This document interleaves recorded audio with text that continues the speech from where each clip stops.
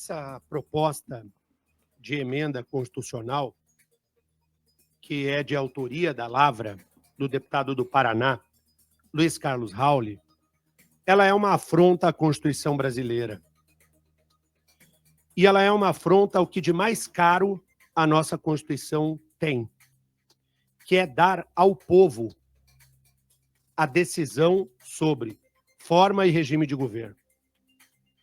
Em 1988, eu vou pedir licença a você, ouvinte, eu gostaria de falar aqui como professor de Direito Constitucional.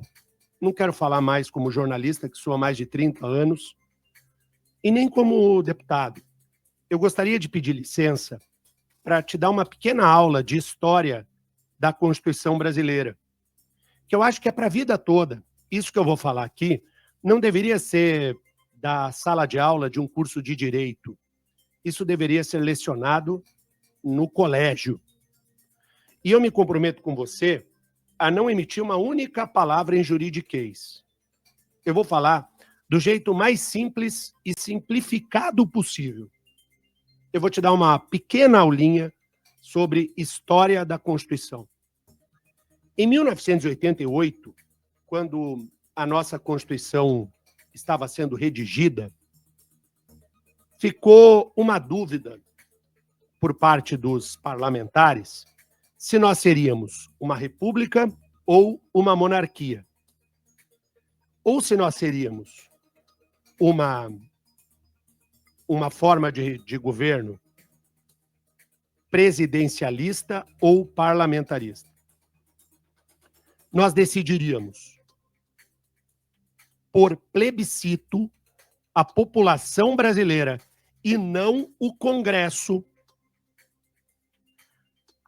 A Constituição decidiu que a população brasileira seria consultada em um plebiscito se ela queria que nós fôssemos um reinado, uma monarquia, ou se seria o governo do povo, uma república.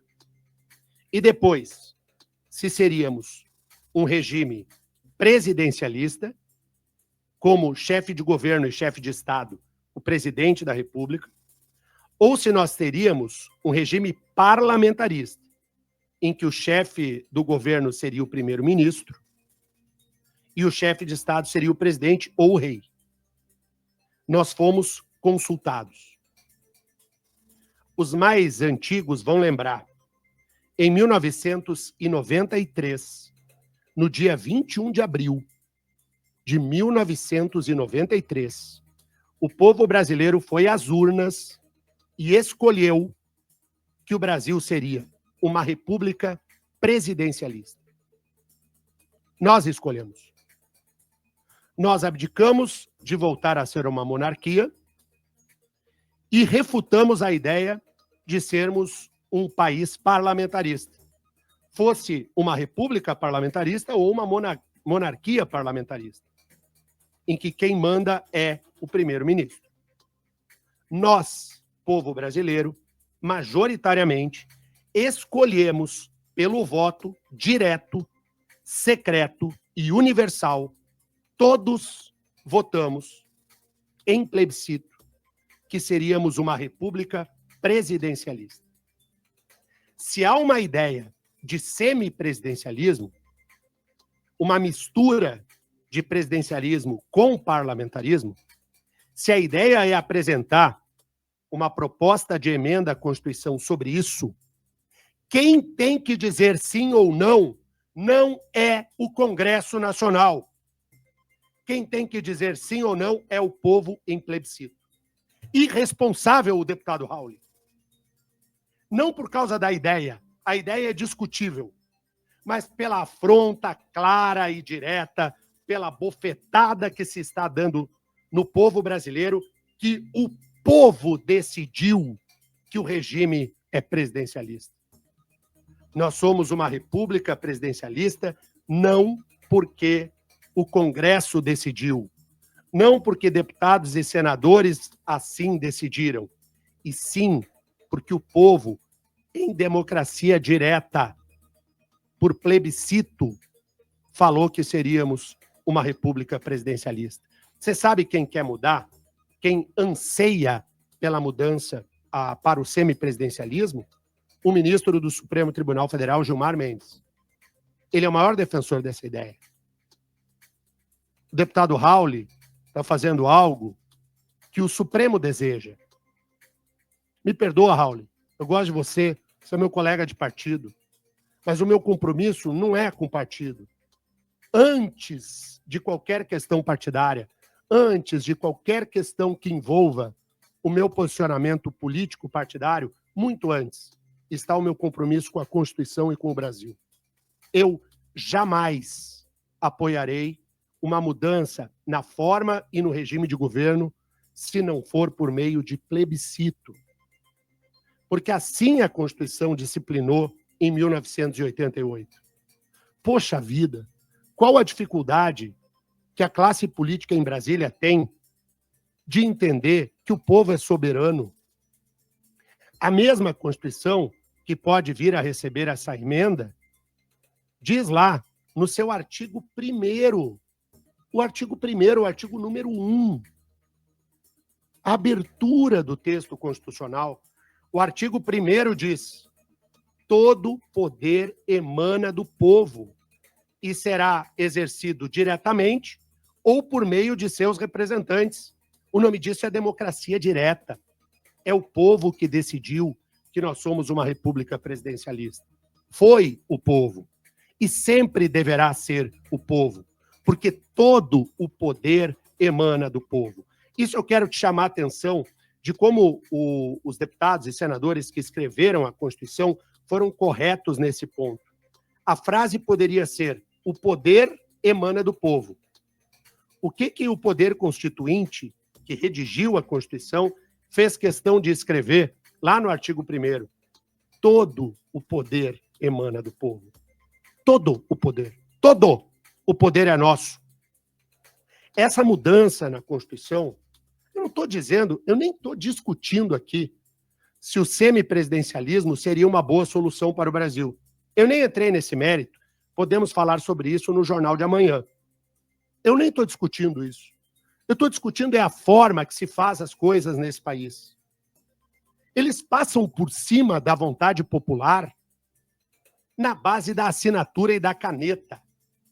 Quantas assinaturas o deputado Raul diz que já coletou para essa proposta, Pietro? 179. Será que esses deputados que já assinaram, eles têm noção do que eles estão assinando ou são deputados SN, sem noção? Será que eles têm noção do que isso significa? Será que eles têm compreensão do que foi o plebiscito de 1993? Será que a turma lembra?